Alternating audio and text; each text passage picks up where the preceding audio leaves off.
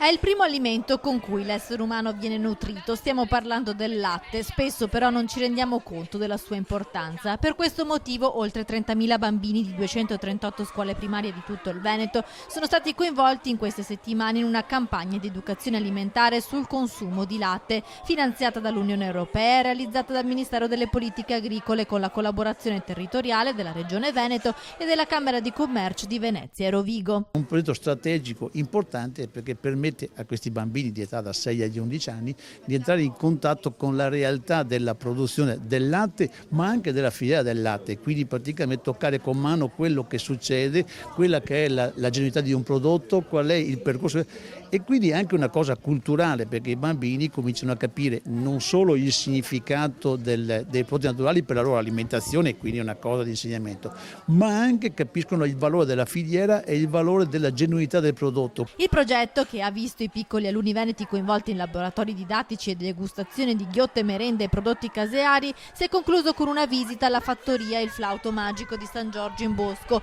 dove i bambini hanno potuto vedere come vengono munte le mucche, primo passo della produzione del latte. Il latte è una preziosa risorsa perché è ricco di vitamine, è quello che in gergo viene definito un prodotto ad alta densità nutrizionale. In Veneto inoltre il latte è anche un'importante risorsa economica del comparto agricolo. Ricordo che il Veneto è la quarta regione per produzione di latte a livello nazionale, con più di 12 milioni di quintali di latte prodotto e circa 3.000 stalle, quindi che danno alla nostra regione 400 milioni di prodotto lordo vendibile, quindi insieme al buon latte prodotto in Veneto certificato che va a far formaggi DOP, ma anche essere sulle nostre tavole con dei marchi di qualità importanti e dei controlli essenziali.